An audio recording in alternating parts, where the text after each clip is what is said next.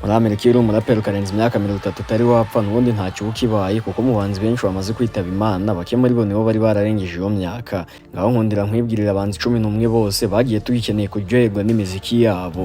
Benshi muri bo nyine bari abaraperi muri Leta Zunze Ubumwe za Amerika.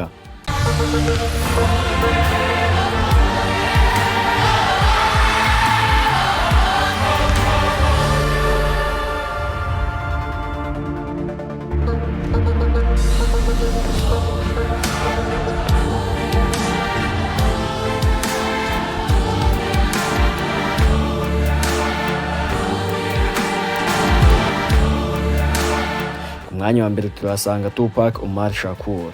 Tupac yari umwe mu baraperi bakomeye mu mateka. Yarazwiho kuririmba mu buzima bwo mu muhanda, akarengane n'ibibazo byugarije sosiyete.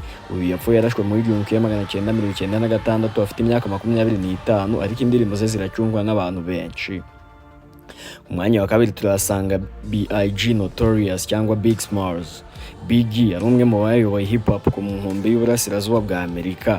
Yitabye Imana muri 1997 amaze kuraswa. Afata nk'umwe mu baraperi beza kurusha abandi babayeho mu mateka ya hip hop ku isi. Ku mwanya wa gatatu hari DMX. DMX yari umwe mu baraperi bari bafite ijwi rikomeye n'uburyo bwihariye bwo kuririmba. Yitabye Imana muri 2021 asize indirimbo zakunzwe cyane nka X Gonna Give It To Ya. Umwanya wa kane hari Nipsey Hussle. Nipsey Hussle yari umuraperi uzwi cyane kubera ibikorwa bye byo guteza imbere urubyiruko n'ubucuruzi mu gace yakuriyemo. Yishwe arashwe muri 2019 i Los Angeles, asiga umurago ukomeye mu muziki no mu bikorwa by'iterambere. Umwanya wa gatanu hari umuraperi witwa Juice WRLD. Juice WRLD yari umwe mu baraperi b'urubyiruko ndetse yewe banakunzwe cyane kubera indirimbo nka Lucid Dreams, Robbery n'izindi. Yapfuye muri 2019 afite imyaka 21, ibintu byababaje cyane abakunzi be ku isi yose. Umwanya wa gatandatu hari Pop Smoke.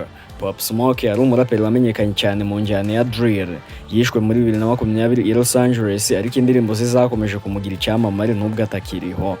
Umwanya wa karindwi hari King Von. King Von yari umuraperi ukomoka i Chicago uzwi inkuru zigaragaza ubuzima bwo mu muhanda. Yapfuye muri 2020 mu gitero cyabereye i Atlanta, asiga indirimbo zakunzwe cyane ku isi yose.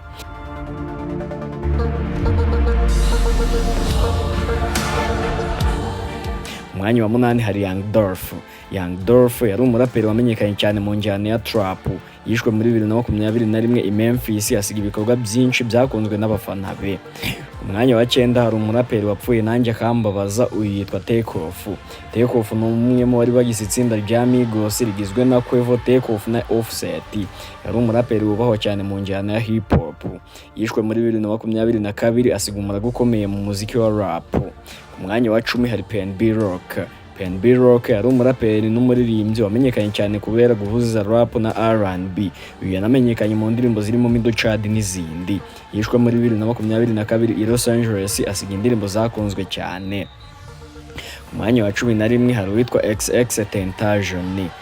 Tentacion ku itariki ya 18 Kamena 2018 yishwe arashwe i Deerfield Beach muri leta ya Florida. Aha yari afite imyaka 20 gusa. Nyuma yo gusohoka mu iduka ricuruza amapikipiki, urupfu rwe runashengura abafana be ku isi yose. Nubwo rero yapfuye akiri muto, Tentacion yasize umurago ukomeye. Album n'indirimbo ze zakomeje gukundwa cyane ndetse yewe zimwe zagize no ku mwanya wa mbere ku rutonde rw'indirimbo zakunzwe muri Amerika. Afatwa nk'umwe mu bahanzi bagize uruhare rukomeye mu guhindura uburyo bushya bwa hip hop mu myaka ya za 2010.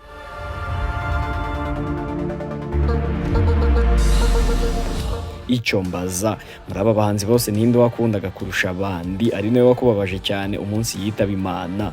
Mutubwire aho hasi muri komenti.